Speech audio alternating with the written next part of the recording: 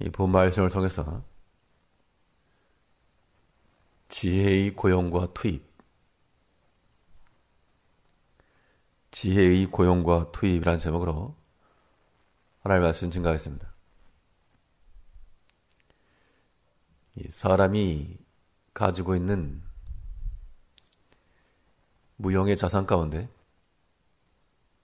인적 재원이 중요합니다. 그래서 어떠한 친구를 두었는가, 어떠한 스승이 있는가, 어떠한 동역자가 있는가 라고 하는 것은 일의 성패를 가늠할 만큼 중요한 요소입니다.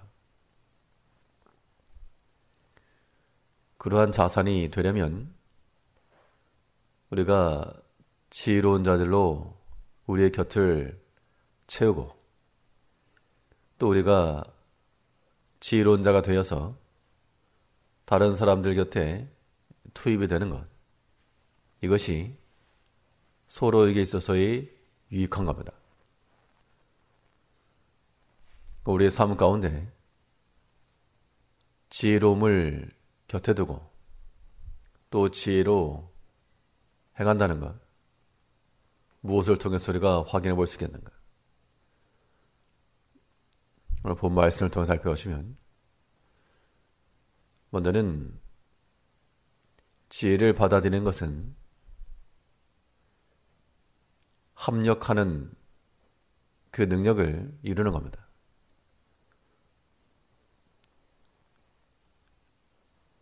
지혜로운 자들은 일을 이룰 때 마음을 함께하고 힘을 보태고 그런 합력의 은혜를 가지고 일을 하는 반면 그렇지 못하면 미련한 자를 둔다는 것은 도리어 분산시키는, 힘을 떨어뜨리는 결과를 가져오게 됩니다.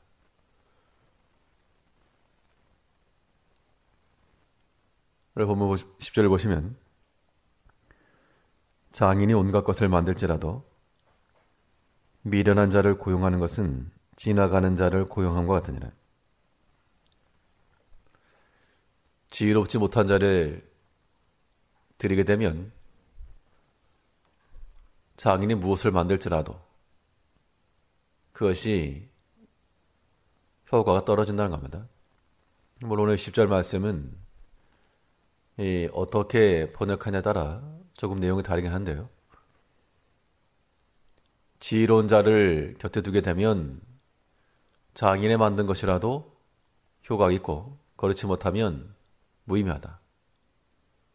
또 미련한 자를 들이게 되면 마치 활을 쏘는 자가 목표를 겨냥하지 않고 아무데나 쏘아대는 것처럼 도리어 해로움을 준다, 그런 의미입니다. 보통 자녀를 결혼시키려고 하시는 부모들 입장에서는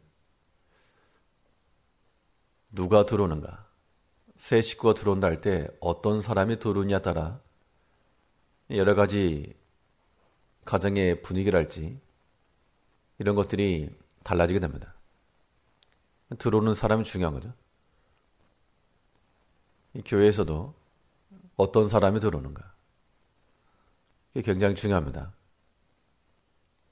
그래서 사람을 들일 때에도 좀 주의 깊고 신중해질 수밖에 없는 것인데, 지혜로운 자가 들어오게 되면 마음을 합하여 합력하는 것이 가능하고, 또 우리가 만일 지혜로운 자가 되어서 어느 것에 투입된다 그래도 비난과 혹은 판단과 이것을 먼저 하는 게 아니고 시스템의 문제를 지적하는 게 아니라 그 가운데 너가 들어가 힘을 더할 수 있는 합력의 은혜가 있다는 겁니다. 그리고 이제 우리 자신을 살펴서 과연 내 주위에는 합력자들이 있는가, 아니면 도리어 해치는 자들이 있는가. 바꿔서 나는 과연 합력의 마음이 있는가, 아니면 해하고자 하는가. 해한다라고 하는 것이 나쁜 의도는 아닐지라도 사람의 마음 가운데 같은 마음을 갖지 않으면 해치는 겁니다. 우리의 삶 가운데 우리가 마치 사람을 고용하는 그런 사장님의 입장에서 우리 여러 가지 일들 가운데서 지혜로운 것을 받아들이시고 지혜로 일하게 하시고 어리석고 미련한 것은 바로바로 해고를 하고, 그래서 하나님의 일을 이룸에 있어서 모든 것이 선한 협력이 이루어지기까지 우리 주변에 있는 것들을 잘 관리할 뿐만 아니라 우리가 또한 지혜로운 자들이 되어서 주인의 일에 합당하며 또한 주의를 위해서 맡은 역할을 잘 감당해 나가는 그러한 합력의 은혜를 나타내야 됩니다. 하나님이 일하시는 방식이 합력하여 선을 이루시기 때문에 우리는 생각하기를 내가 어느 위치에 있는가 그런 걸 따지지만 하나님께서는 그걸 보시지 않고 일을 이루시는 분은 하나님이시므로 하나님께서 우리를 두신 그곳에서 우리의 모든 일들을 통해 합력이 되도록 함께 수고해야 됩니다. 그러려면 일단 마음을 같이 모아야 되고요. 사람의 약한 것과 부족한 것이 보일지라도 그것을 감당하고자 하는 마음을 가져야 됩니다.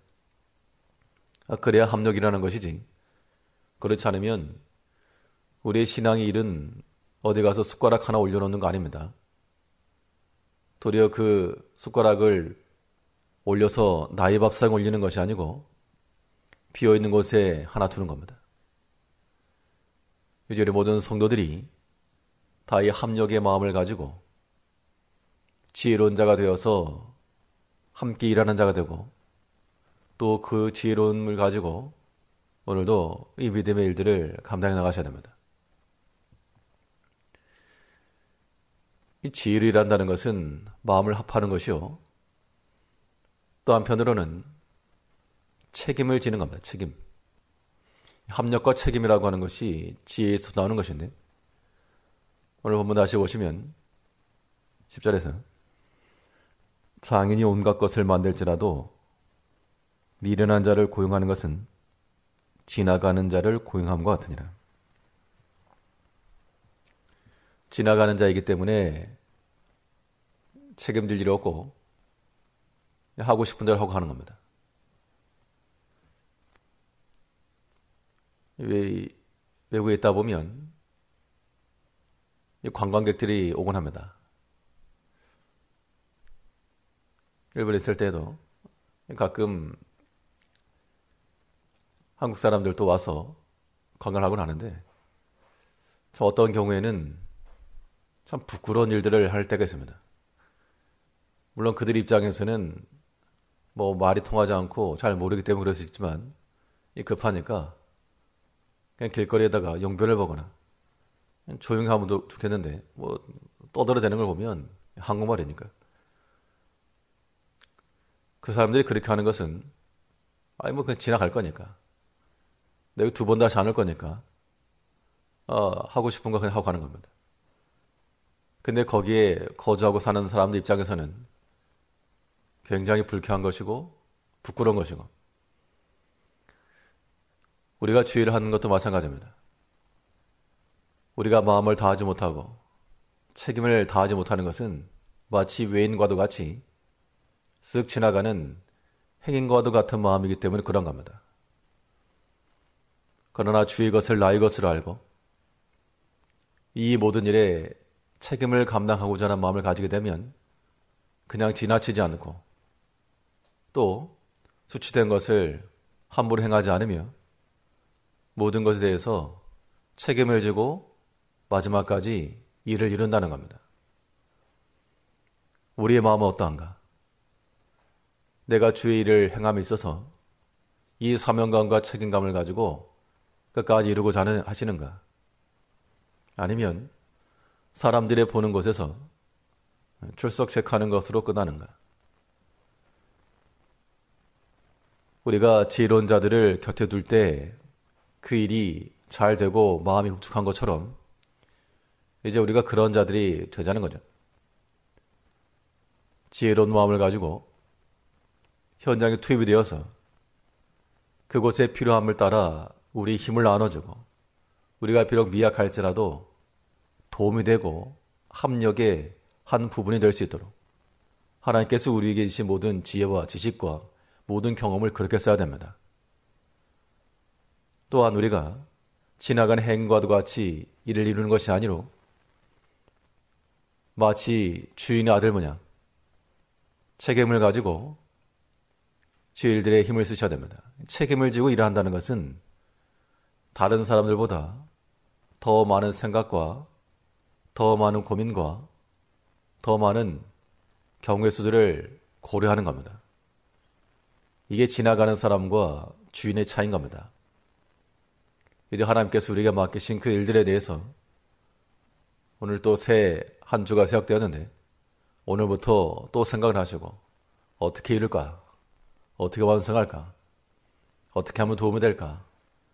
그런 선한 마음을 가지고 살아가셔야 됩니다. 하루 동안에 어리석은 것과 죄악된 것이 우리 마음 가운데 들어오지 못하도록 그런 것들은 바로 해고를 하시고 지혜와 충성과 하나님이 일을 이루고자 하는 그 마음만 우리가 고용하고 또한 그 현장에 투입하여 믿음의 일을 잘 이루어가시는 한 날 되시길 바라겠습니다. 기도하겠습니다.